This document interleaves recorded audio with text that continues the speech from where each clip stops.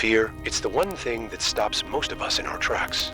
That moment when your heart races, your palms sweat, and your mind screams, "Stop!"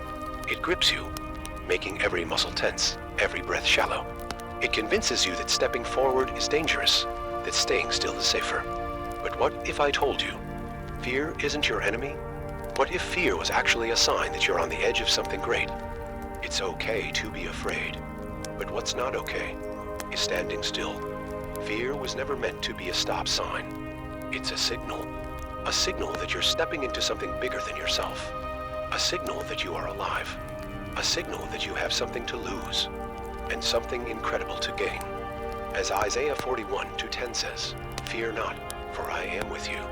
Be not dismayed, for I am your God. I will strengthen you. I will help you. I will uphold you with my righteous right hand." Every great person you admire, whether it's Martin Luther King Jr.B., Amelia Earhart, or even David standing before Goliath, felt fear. The kind of fear that shakes you to your core, that makes your heart pound so loudly you can hear it in your ears. But here's the difference. They didn't let fear paralyze them. They felt afraid, and they did it anyway. They moved forward despite their doubts, despite the shaking hands, despite the uncertainty. Just like in 2 Timothy 1:7, "For God gave us a spirit not of fear, but of power and love and self-control." I remember the first time I had to speak in front of a large crowd. My hands were clammy, my throat dry, and everything in me wanted to run.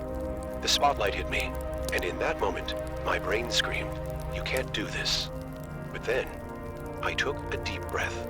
I focused not on the fear, but on the purpose behind why I was there. And I stepped forward. Was I still afraid? Absolutely. My voice cracked, my knees felt weak, but I did it anyway. And that's the moment I learned something powerful. Courage isn't the absence of fear. Courage is moving forward despite fear. Just as Joshua 1:9 reminds us, "Have I not commanded you? Be strong and courageous.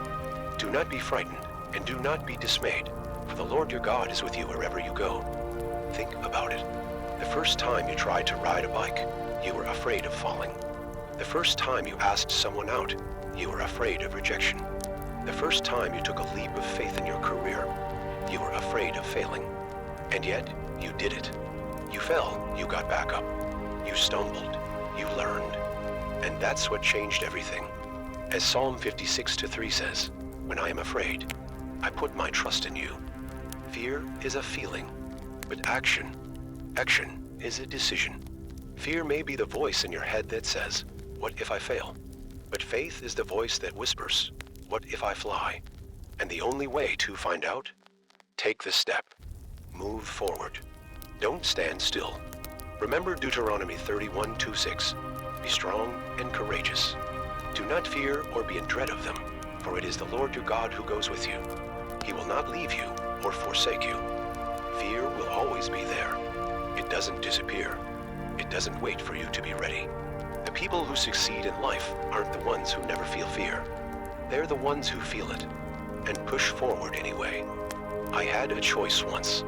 A choice to stay safe or take a leap into the unknown. My stomach was in knots. My mind was filled with 1,000 what-ifs. I had no guarantees, no safety net, just a gut feeling and a whole lot of fear. And you know what?